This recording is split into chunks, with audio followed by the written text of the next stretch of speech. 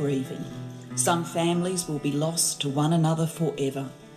To those of you who face the difficulties of reconnecting with family and establishing ongoing relationships, we say sorry. We offer this apology in the hope that it will assist your healing and in order to shine a light on a dark period of our nation's history. To those who have fought for the truth to be heard, we hear you now.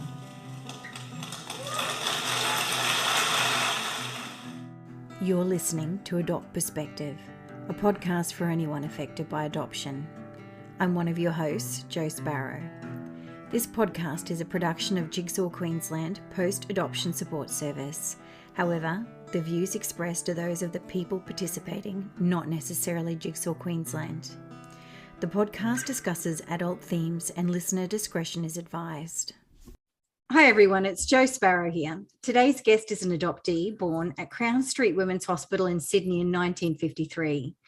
Jill Rodger is a tenacious amateur detective who managed to track down her mother in 1984, years before New South Wales legislation was amended to allow access to identifying information, and even before the common use of the internet and social media. More recently, Jill has managed to track down her paternal family through a DNA test with a beautiful outcome. Jill joins us today from Ballarat in Victoria, where she now resides. Welcome to Adopt Perspective, Jill, and I am so happy to have you join me. Thank you. Thank you very much, Jo. It's been absolutely wonderful finding your podcast. I just did a search on the internet, adoption, and I came up with Jigsaw Queensland, Adopt Perspective, and I started at the beginning and I've listened to just about up to date and just learnt so much, just enjoyed them so much, and hearing different perspectives and reminding me of some things, but just everyone that's spoken it's been joyful to hear people. Yeah, so and it's a fantastic podcast series that you've got, and thank you. Thank you. Yeah, I've shared your link with many friends, and even yesterday at the RSL after the Anzac service, I was telling a lady that I was adopted. She said, "Oh, I'm adopted," and then she told me her story, and and I told her about your podcast to listen to. There's a lot of us out there.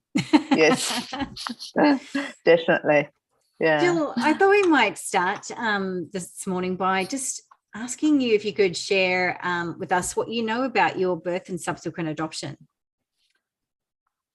Well, I think I know I was very fortunate to be born in 1953. My mother, I'll go back. I was born in December 1953, Crown Street Women's Hospital. I was adopted out at 3 weeks of age to a lovely couple in Sydney, and they're my mum and dad. And when I was 10, I was inadvertently told I was adopted by a family member. They didn't mean to, it just happened, as things do. Secrets aren't very good, actually, are they? No. And so I asked Mum, and she said I was chosen, as was my sister. And then it turns out there'd been another little girl at that, in between late 40s and 53, a mother could reclaim a child. And some mothers knew that and others didn't. So they'd adopted another little girl and had her reclaimed. And then they got me.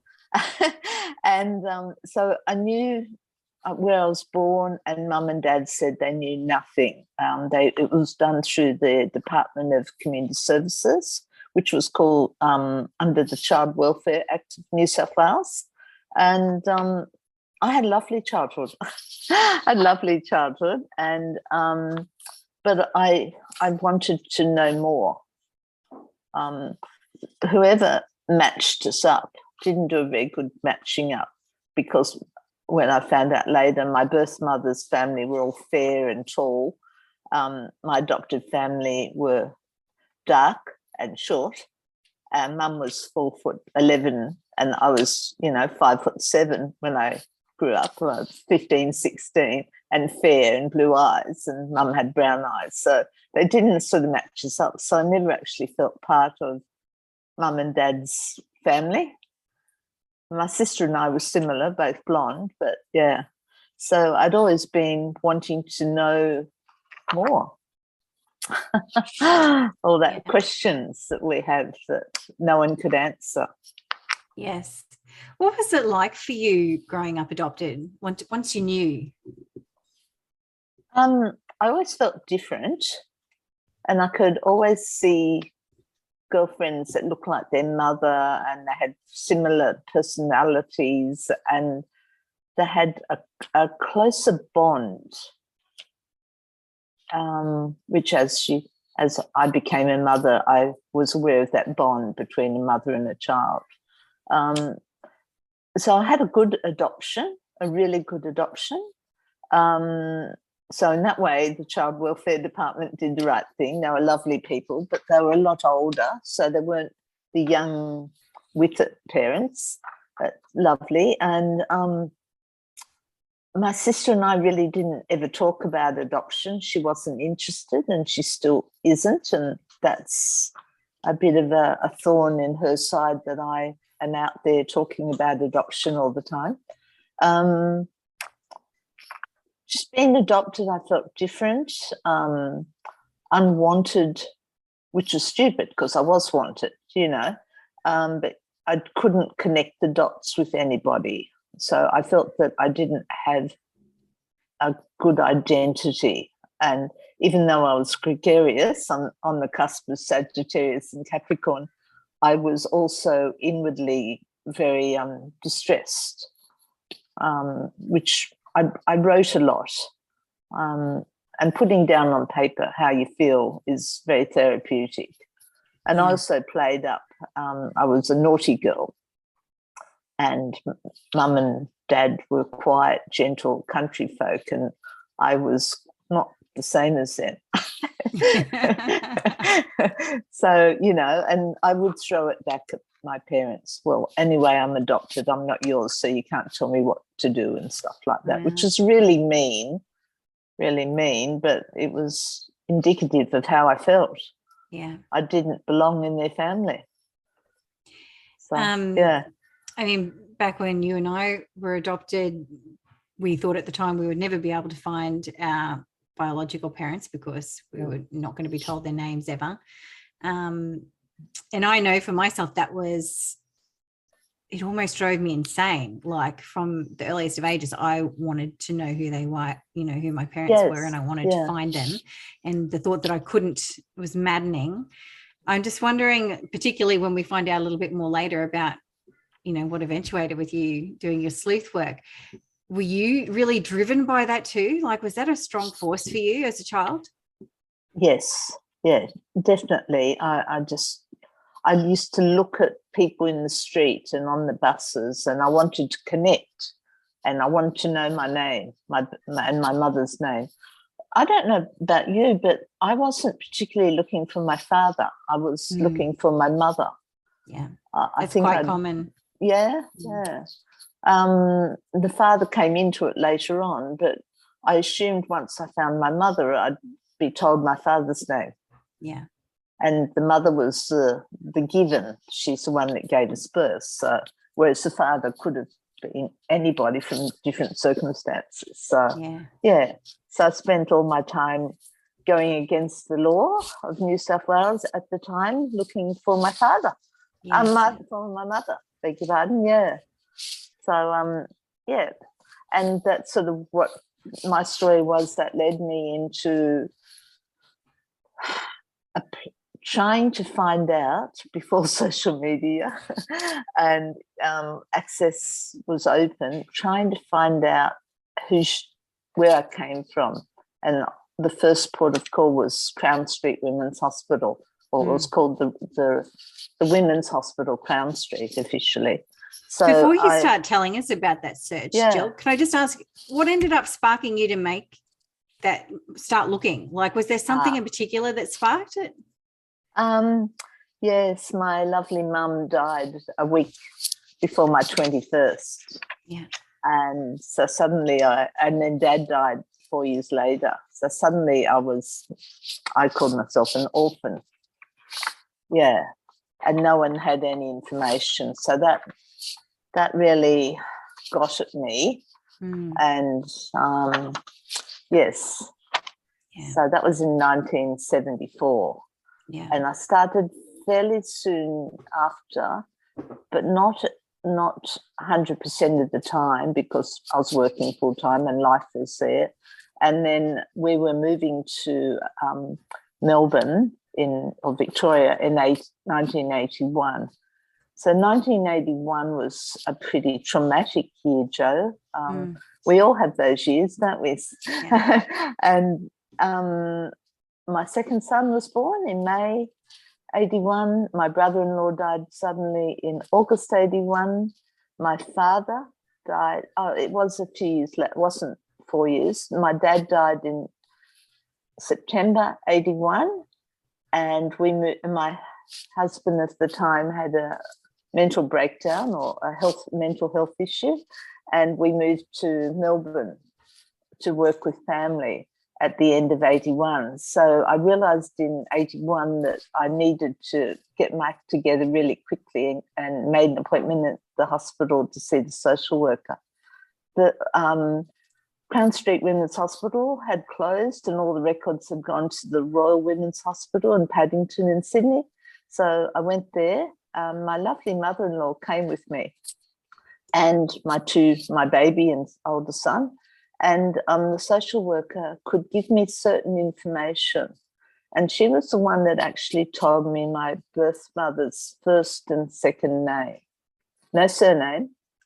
And she also said that the family came from the greater district of Sydney. And it wasn't on the side of Sydney I was born, it was the other side, with the harbour in the middle there. She had my file sitting opposite me on the little table, and she walked out of the room to go to the bathroom. And I'd been brought up a good little girl, even though I played up and was cheeky and all that. And I could not open the file. And my mother-in-law was sitting with me. Of course, she was brought up as a good Christian lady and wouldn't dare just be disrespectful to somebody. And so all my paperwork was sitting there, and I've heard this on your podcast. Other people have had their files sitting in front of them and haven't been able to open them. So that was a waste of a lot of years. But the social worker was a wonderful support, and she suggested contacting the Child Welfare Department and applying for whatever I could get, which was, as you're well aware, lots of non-identifying information. No names, but descriptions and numbers of children in family, their working history, how old my father and mother were, no medical history. Of course, everything's fine, just fine. No one ever has any medical history, So I received all that, but for the younger listeners, we had to wait by snail mail, which would probably take 6 to 8 weeks to get a reply to anything. So it just sort of kept getting drawn out. So I have 2 letters from the department, and they gave me little snippets, which I then went to the Mitchell Library in Melbourne at night and looked through microfilms, I knew her first 2 names, and I eliminated. And my pile of paperwork just grew and grew. The State Library were fabulous. They, at that stage, allowed me to go and sit with white gloves and look through the old newspapers and look for births and everything, and the electoral rolls. I looked through the SANS directory. I don't know if they had that in Queensland, but that was a source of information as well. Went through lots of microfilms looking for those 2 names with a large family in that half of Sydney. Sort of, it narrowed it down to a specific area, a race course. There's 3 race courses in Sydney. So I was looking in those districts. hundreds and hundreds of hours and dollars as well, spent trying to get information. And so that was sort of how I started, and I just continued on. And most of the time I was just on edge because I'd be so excited I'd find something, and it wasn't. So the social worker was allowed to say yes or no. So if I rang up and said, oh, was it Gladys Smith? No. Is it Gladys O'Brien? No. So she had the name, but I had to find it. Mm-hmm. It was a game, wasn't it? It was just a game. They just couldn't tell us anything. So I did a timeline, and I actually did a death search on her. Not that I knew her surname, but the Department of Community Services, New South Wales, I could apply for a death search, and they did it on my behalf. It cost so much dollars or pounds, probably. No, dollars. And if she was dead, I would have been able to get my birth certificate. So that was pretty harrowing because I wanted her to be alive, not dead. Yeah. So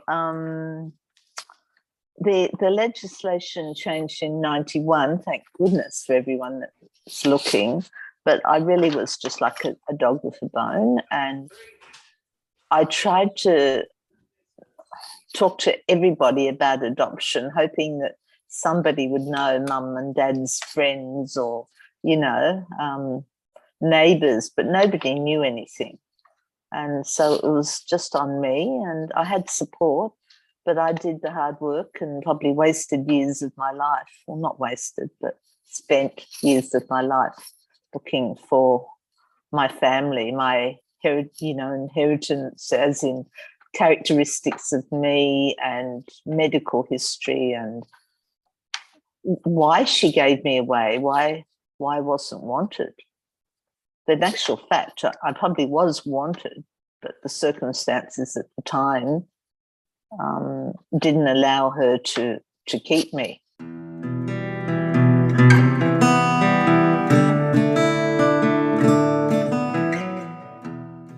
So she gave actually the same information to the department and to the hospital, down to a T. So she knew all that information about my father, and she gave a lot about her family. So it's just elimination to be an adoptee and to try to look for information. You've just got to be bloody persistent. Really do. And absolutely. Yes. And now we do have access to so much more in the internet and social media, which has really changed the game. You still have to be tenacious and definitely. There's a lot of setbacks sometimes. Yeah. So you did find your mother. Can you tell us about your experience of reunion? I'm all trembly. Oh. It was 1981 that I met with the social worker in November. We moved south, and it was December 1983 that I had a list of 4 families, possibles, that all sort of had the same number of children, were in the same area, worked in the same industry, which was with the race horses. There was also people with those names, her first name, and I thought, well, the second name, maybe it was not correct, or, so anyway, so I ring up the social worker and she say, no. And then on the 30th of December 1983, I rang her. We were in Sydney for holidays with the family, and I rang her and she said, 100% correct. You have the right family. And, I was ringing from a telephone box, which we had with no mobile phones. And the social worker just said, you're 100% correct, go for it. So I had the address, and I gleaned all this through the electoral rolls. which were invaluable. And you can follow them right through. Australia's histories, or documentation is quite good, really. And so I went to that address in Sydney and looking for my roots. And I found roots, all right, roots of big old trees going into this massive big hole in the ground 2 weeks before they had demolished the big 2-story house and were going to build a block of 10-story units. Oh, no. Well, what a setback. Unbelievable. I just burst into tears at that stage and thought, well, I don't know where to go from here. And of course, I knew the family name, but I didn't know she'd married and had a different surname. Mm-hmm. And so I went knocking on the door of the house next door, and the lady and the husband said, no speak English. And I said, did Gladys live there? Yes. And shut the door. Oh, great. And I thought, oh, well, I've only got now. So I went to the house on the other side of the big hole. And I just said I was doing family history and was Sarah Gladys that lived next door. And they were really lovely and said, yes, she moved just around the corner. I don't know that part of Sydney at all. I don't know what corner. They didn't have an address or a phone number. And they said, but one of her sons works around the other corner, and he told me where he worked. And I didn't know what his name was. So that wasn't much help. But I did. They must have told me her married name. They must have, because I don't know how else I would have found that out. And so I went to his work, nervous as hell. I break out in a rash when I'm nervous. And it was summer in Sydney, and I was just bright red all over my neck and my face and everything. And put my sunnies on, went up to the office and said, could I speak to Mr. S? And she said, oh, yeah. And she gave me his first name and said, yeah, he's upstairs. Just go upstairs. I thought, no, can't do that. And asked for him to come down.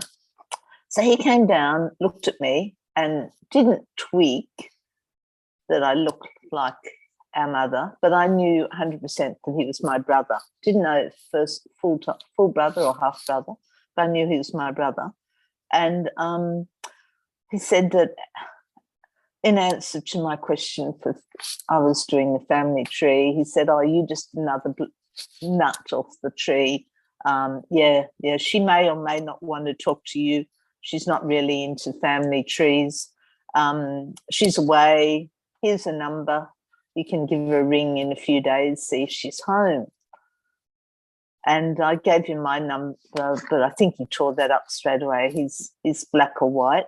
And we were coming back to Melbourne, and it was, I knew she was going to be away a few days. That was the 30th of December. So I was sitting at my mother and father-in-law's, and in that period, the phones were the big black heavy ones with the black windy cord, and you had to dial the metal circle with the number. Yeah. And hold on to this heavy thing, and your ear would burn and your arm would ache, and because you kept redialing the number all the time. And I had my little spiel. I wrote out on the paper what I was going to say, because I knew I'd be nervous. And on the 4th of January, she answered the phone. And I read the little spiel, January 3rd, 1984. I read the spiel and said, my name was Jill and I'm doing family history, and I believe that we're related, and told her my birth date and asked and where I was born, and did that mean something to her? And she said, no. And I said, well, I had confirmation that she was my mother. I thought, well, I've got to go for broke, because you don't know if you'll get a second chance. Mm-hmm. And she said, no. doesn't mean anything. And she was going to hang up. And I said, please, and I probably just dissolved and cried and blurted out and everything, and, told her quickly that both my parents had died and I'd been looking for her for so long and I really wanted to meet her. And she said, take me as you find me. You can come and see me. And I said, well, what about now? And she said, well, yeah, okay, well, we'll meet. And that was it. And so I left my in-laws and drove over the Sydney Harbour Bridge by myself. I just needed to do it by myself without my husband or children. And walked up, and she lived in a housing commission flat, which was a bit of a surprise to me. It was clean. She had a budgerigar. And she opened her door, and it was like looking in a mirror and seeing myself 29 years later. It was very, very similar physical shape, hands, everything. And she was pleasant, but she wasn't warm. Didn't ask me many questions, accepted that I'd found her. Didn't really want to talk about the past. But happy in a way. Was a people person. Happy in a way to know that I was okay and that there were other people that she could meet because of me. And I said, well, my in-laws are happy, would love to come over for lunch with us, And she said, okay. So she drove across the Sydney Harbour Bridge with me to their house and met them all. And that was, we went on from there. It was joyful, but also I had so many questions, and she wasn't going to answer them. And it was like pulling teeth over many years. That was 84. It was 1994, 10 years later. I still didn't really know much. She sort of, I think the word is ghosted me. Mm-hmm. So I'd met my brother, that one in 84 or 83. He had lunch with her every day of the working week, and she wouldn't tell him who Jill was for 10 years. So, I used to ring up and he'd be there and he'd say, who's Jill? And she'd give him the standard answer, none of your bloody business. And yeah. And she did give me little snippets inadvertently, and this is where you've got to write everything down and listen hard, that I had another half-brother, so two half-brothers, and he was in the Air Force. And she did, by accident, and I'm sure not intentionally, told me what part of Australia he was in the Air Force. And I suddenly became a detective, finding out where that Air Force was and how I could get in touch, and broke all the rules and contacted him, but it was a very, very difficult reunion as such. I look like her, but I wasn't like her. Yeah. Genetics, as and the others readers and listeners know, genetics is important, but it's your environment and your choices in life that make you who you are. And my children and I share similarities of her characteristics, but overall I probably am saddened that she didn't want a relationship. And someone would ask her in the early days, I must admit, how many children she had, like my in-laws' families. Oh, how many children have you? Because they didn't know. And she'd just say 2 sons, and I'm there in front of her.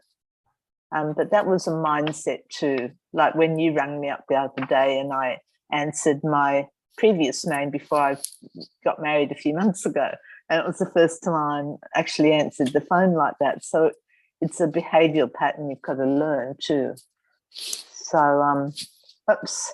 So, what am I doing? Send to voicemail. I just got an interruption there. I'm sorry. That's okay. Yeah. So the reunion was, I wanted to ride across the sky when I was driving back for the last time across the Sydney Harbour Bridge. I wanted to write, I found my mother. All the answers going to be revealed. I know who she is. Now I'm going to find my father and brothers and sisters and aunties and uncles. But reality is sort of not like that. You might find some members that are open and want to know you, and then the reality is that your expectations, or mine, have always been too high, and I'm aware of that. But that's me too. Yeah. So I think overall she was happy to know me, and when she passed on, Joe, and my brother, who doesn't want anything of hers, he gave me boxes of photos and all the family history going back into the 1840s when the family came out as convicts and that. And in amongst one of the photo albums is just randomly all the photos I sent her of myself and my children over the years. And on one of the big envelopes with all the family certificates in it, on the free front, she's got itemised. So she was a historian and a collector of all this information, and medals, which we had yesterday, and I know who they belong to. On the corner, diagonal corner, it says Joyce, which was my birth name, 21/12/1953. And that blew me away, that she actually had some recognition and had saved my photos, but didn't include me in her world. My husband and I would send her a check, as you did in those days, to get a TAA or an ansett flight to Melbourne, and she'd send it back. And then she'd say, nobody loves me. And we're saying, but we want you to be grandmother to the kids and, you know, Jill's mother and that. So it was bittersweet. And I really need to focus on the positives, that she actually saw me. She would never tell me my father's name. And over the last period of time, I've come to accept it was more than likely because of shame. And yes, we all do block out things in our lives that are hurtful from the past. And, you know, that's come to my life recently. Somebody said something and I totally can't remember that situation. But when I asked her repeatedly over, well, it was 84 until she died in 2015, so a long time that we wrote letters. We saw each other when I was in Sydney. And I'd say, please tell me my father's name, especially when I was having our third son. I didn't want to call our third son my birth father's name in case he had abused her or been a relative, or, you know, I didn't want to hurt her. That was just me. And she just said it was a name that I would never in a million years use. And I wrote that down, and that's actually turned out to be the situation. And she also said, it's none of your bloody business. And she said that several times to my eyes, and with a very drawn mouth and a very severe face. And when my brother that had lunch with her every day asked her, she'd say the same. And one day he just yelled at her, just tell Jill why you're not telling her her father's name. Just tell her why. No. So she went to her grave without disclosing to me. But she was the youngest of 9, and her older sister was 20 years older. And I actually found her. She lived round the corner from my husband and I. We actually found where she was and went to see her a few months before she died. And she did know all about Gladys having a child at the hospital and giving her up. And my brother was 8 years older than me. Christmas, he was taken in to see me in the hospital, nursed me. Mum came home without the baby. The 13-year-old nephew that was raised by Gladys also, he went into hospital at the same time, nursed this little girl, little chubby girl, and he never knew what happened to me until I found him early 2010, no, about 2004, I found him in Canberra, and he just raced to where I was at the airport to meet me. He was so excited because he could remember nursing me as a baby and his auntie going home without the baby. Yeah. So, sorry, getting interrupted here. Yeah. So I've lost the question now, Jo. Well, I mean, that's so heartbreaking, and you're right, bittersweet is the word that comes to my mind when I think about it. But I also love that you've been able to create some relationships with siblings and cousins there. And sometimes they're the easier relationships because there isn't that thing that sits between us, that sits between sometimes with our parents. But I was just wondering, like, your search for your father was a more recent experience, so there's a lot of time gone past since you found Gladys to when you started to do that search. So I was just wondering if you can tell us a bit about that, like, you know, what spurred you to move ahead with it and how did it go? So there was non-identifying information, as I said. In May 2001, so 21 years ago, I started looking for him, for my father. Again, the same process, elimination. I had a presumption of paternity done. So I found all these things, you know, like death searches and all these different words that I'd never come across before. When you say a presumption of paternity done, what do you mean by that? That was through the Child Welfare Department. So they could see whether on the court records through the Supreme Court, whether a father's name had been registered or entered in anything. Mm-hmm. So again, time, snail mail costs and all that. And there was no father's name. And then one of Gladys's brothers gave me a hook. He said, I think your father was so-and-so that drank at the pub around the corner, up the corner. And he told me why. They were good mates and that. And so I matched up everything, like the number of children, the hotels and all sorts of things, lots of similarities. And so I actually have a huge file on this man and his family. Like, spookily, I was sleuthing this family that turned out it wasn't mine. And then I started a genealogy class down here in Ballarat and decided I would get my DNA done. And through the ancestry, I was able to connect to somebody who was a descendant or a relative of this man. And she was so excited that I'd contacted her. And we had a wonderful email connection and everything. And she encouraged me to get the DNA done to prove that was who it was. And we were both so distraught when it turned out I'm not related at all to that family. So it was a long time coming. So that's wise, because I really believe that man was my father. He was deceased in 1957, which would have made sense that he wasn't part of her life, you know, later on. But that's why it took so long. So in November 2019, we're in 22, aren't we?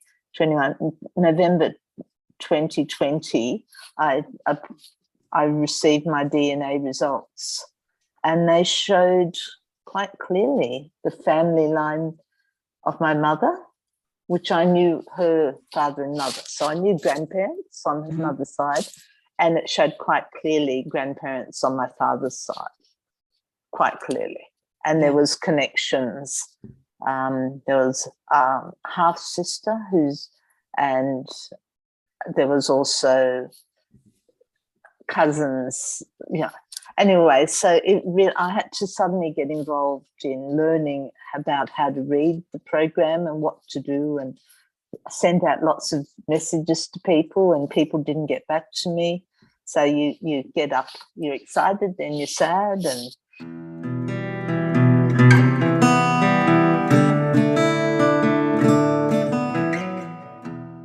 but I did find the family, and I'm happy that I did. He's long deceased, and I've just in this year, I've met a half sister who'll be 92 next month. 92. It's amazing. I'm 68. And I've also met, there's another half brother who's still alive, and he's 88.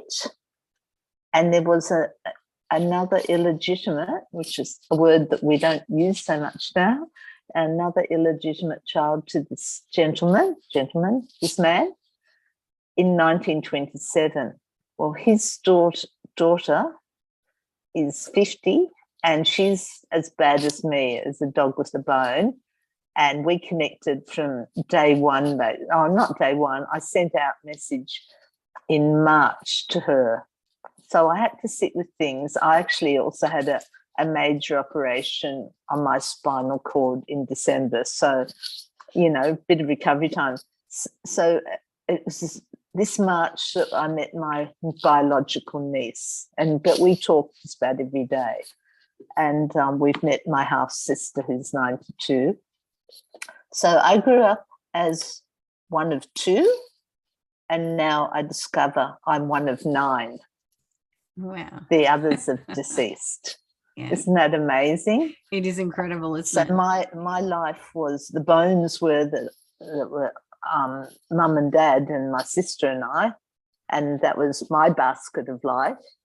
And then I filled in a few more steaks. I'm a basket maker and natural fibres, so I filled in a few more steaks. There was a birth mother, there was 2 half brothers, and so it was sort of balanced. And now it's more become a random basket instead of a melon basket, because there's suddenly all these other brothers and sisters and aunties and uncles. I've got an auntie still alive at 96 in Melbourne.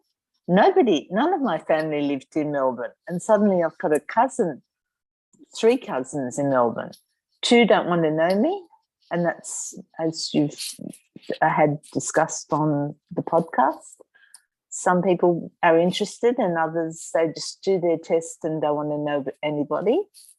But out of that, last year we met my first cousin, who's her mother and my father were brother and sister.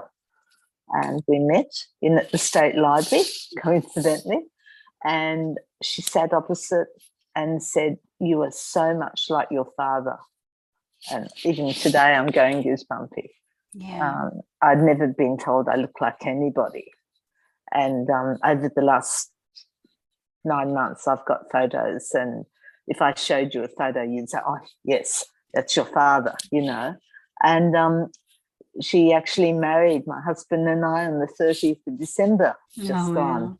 And how special was that, to have my first cousin actually marry us? Yeah. So, and I had been in touch with several other cousins on my father's side. They were nice over the phone, but then don't want a relationship. Their lives are full. They're not interested. Yeah. So I have an extended family on both sides. I have cousins on my mother's side too, and a couple of those have nice relationships. And all those little pieces are sort of filling in the randomness of my basket, because they all tell different stories. They all have different perspectives. some not so good. So you really have to sift and sort what you hear. And my perspective has changed with different people saying different things about my birth mother and the circumstances of my conception and my birth father. And we'll never really know what happened and that. I've got absolute proof of my medical history, which is so important. That's probably been one of the main things, because I was asthmatic and Gladys said, no, my family were all healthy. Okay, they were fine. And I have glaucoma, and they said it's likely to be hereditary. No, Gladys' family didn't have glaucoma. And when I met my cousin last July and I said, I've got glaucoma, she said, oh, all the family have glaucoma. Like, you know. And also, by learning that medical history, that's important for my children, because you can be aware of glaucoma and do something about it and manage it from a young person's age instead of getting to 80 and losing the sight. So that's been a real positive. So my story is colourful in lots of ways. It's had lots of joyful moments. It's had a lot of heartbreak. Expectations been met sometimes, not always. I've had to be persistent, and even now I'm still doing the stories, reading about my grandparents, and that's really interesting because that makes up who I am as well. Yeah. And I see a lot of features of my grandparents in myself and my children. So, you know, it's connecting the dots. It's tough being adopted, but gee, I was lucky, and hopefully most people were, that, you know, but it's always been my lifelong desire to find my family, even though I had my adoptive family and I still have my sister. Yeah. And I don't want to hurt her. I've been so public, but this is me. This is who I am. I speak to everyone about adoption. I've helped people find their families. And, you know, if I can give hope to others to keep looking, don't let any stone be unturned. Yeah. And, yeah, sometimes, like with people with dementia, which my brother now has, you can't ask a direct question, but you can give it thought, or bring that question into a sentence and leave them with it and let them tell you something about it later on. So being direct didn't get me anywhere with Gladys, but maybe if I'd gone around it a softer way, I don't know. Hindsight, hey? I loved how you equated it to, like, you know, analogy of a woven basket, because I often think art has so much to teach us in life, and even our connection to it, and you have used, you know, all of these different strands to weave a basket, and it's holding all of the information that you found. But that's beautiful. We're actually looking at a basket that Jill's a melon made. basket I made. Oh, it's beautiful.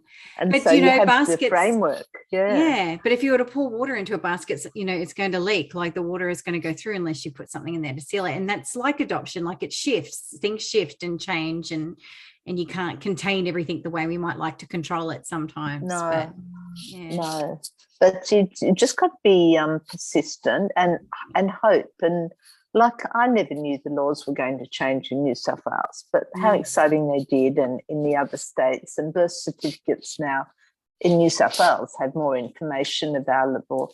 And you do have to just keep listening to podcasts, like your podcast about adoption, researching what you can do, pick everyone else's brains and follow their leads. Like, okay, I've got to contact the department that's relevant to adoption, or where I was adopted, or, you know, and you've got to start at the beginning and just keep on following the different leads and just not ever give up, really, because it's been worthwhile for me. You just have to live long enough for it to happen. So there's lots of emotions that go through in those years, and but finding my roots, to me, my story has been so important. And now that I've got my father's family on my tree as well, some of them want to know me, which is lovely. Others don't, which is sad. But maybe in 10 years they might change their mind or something, you know. Yeah. But so I've sort of got to focus on the good parts of it all. Yeah. And you know, having fish and chips with Gladys and going for picnics with my family and her and girlfriends and that. Those memories are lovely. Yeah. And it's been quite a journey. And I have written quite a bit about it. And just the other week, I applied to the Post-Adoption Resource Centre in Sydney, which I had been dealing with over the last 20, 30 years. And would you believe I got a copy of my whole file of all my letters that I sent to them, plus all their counselling notes. And that was a bit in my face. There was a few things I'd forgotten about. I chose to forget about. Mm-hmm. But it was really good because it told my story from that period of time.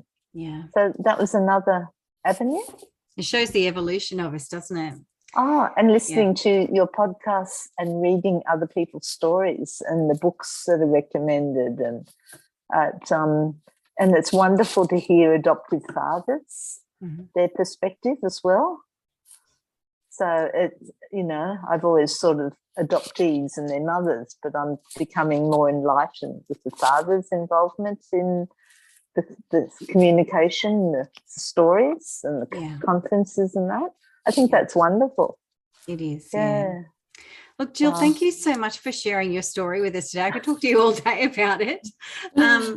I've just loved hearing about your tenacity, your doggedness with it, how you've taken other people's feelings into account, but also honoured your own and what you needed as well, which is really important. We can't always be putting other people first, but we can always take into consideration, you know, their needs as well. And I think you've done a beautiful job of doing all those things. So I know that your story will help others. So thank you so much. Oh, thank you so much for giving me the opportunity to have a chat. Hopefully it wasn't too much of a rant. No, it was wonderful. You're a great storyteller. Yeah, and if there's anything I can do to help others, I'm more than happy to, because that's how we learn, and we need to keep on talking. Yeah, and listening, of course, and sharing. Yeah. Well, thank you. And thank you to our listeners for joining us. And meanwhile, if you have a story that you'd like to share with us, and you'd like to be interviewed for the podcast, jump onto the main podcast page of the Jigsaw Queensland website and just complete the prospective guest form that you'll find there. And note that Adopt Perspective can be listened to by people all over the world. Bye for now. Thanks for listening to the Adopt Perspective podcast. If you'd like to find out more, go to the podcast page on www.jigsawqueensland.com and you'll find a wealth of information and resources on the website. If you reside in Queensland, you can reach Jigsaw Queensland's Forced Adoption Support Service on toll-free 1800 210313, or you can call Jigsaw on 07 33 58 6666.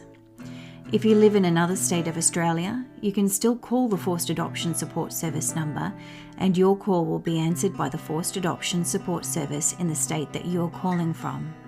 In every other state, Relationships Australia operates this service. A big thank you to Matt Sparrow for composing and recording our original theme music. Until next time, I'm Jo Sparrow saying farewell from Adopt Perspective, a podcast for anyone affected by adoption.